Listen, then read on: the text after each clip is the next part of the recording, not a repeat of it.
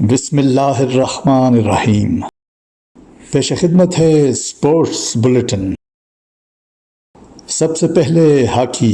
Malaysia کے شہر Kuala Lumpur میں جاری جونیئر ہاکی ورلڈ کپ میں Pakistan, Bharat, Australia, France, Spain, Netherlands, Germany اور ارجنٹائن نے کوارٹر فائنل مرحلے کے لیے کوالیفائی کر لیا۔ پہلا کوارٹر فائنل ارجنٹائن اور جرمنی، دوسرا بھارت اور نیدرلینڈ، تیسرا آسٹریلیا اور فرانس، جبکہ چوتھا کوارٹر فائنل پاکستان اور اسپین کے مابین ہوگا۔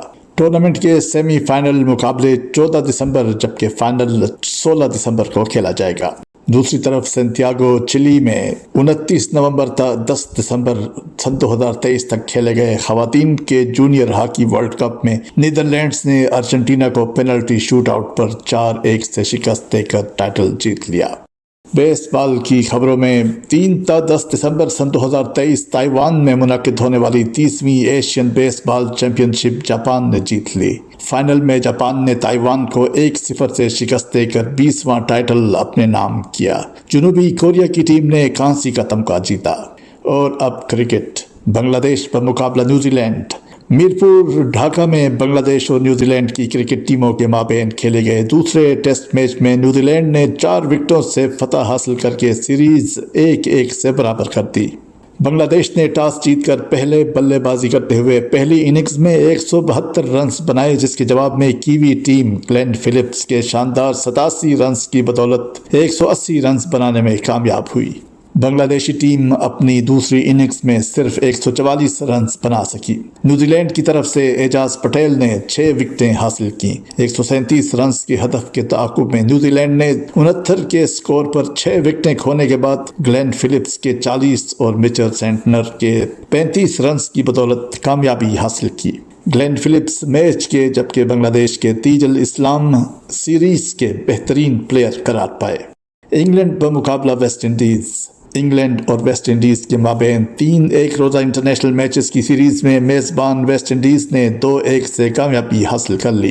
9 دسمبر کو باربیڈوس میں کھیلے گئے فیصلہ کن مقابلہ میں ویسٹ انڈیز نے 4 وکٹوں سے کامیابی سمیٹی۔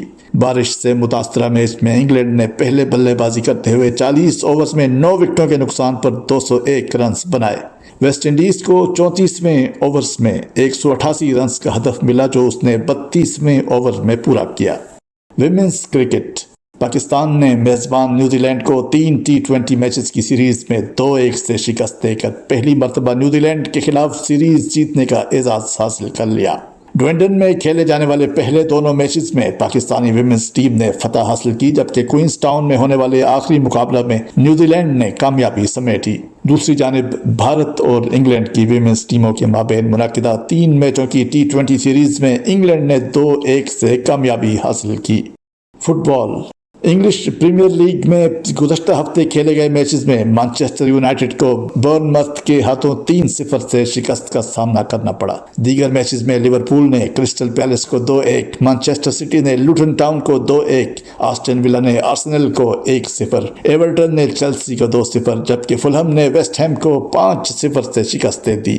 برنلی اور برائٹن جبکہ وولفز کا ناٹنگھم فارسٹ سے مقابلہ 1-1 گول کی برابری پر ختم ہوا۔ رواں سیزن میں 16 میچز کے بعد لیورپول 37 پوائنٹس کے ساتھ پہلے، آرسنل 36 پوائنٹس کے ساتھ دوسرے، جبکہ آسٹن ولا 35 پوائنٹس کے ساتھ تیسرے نمبر پر ہے۔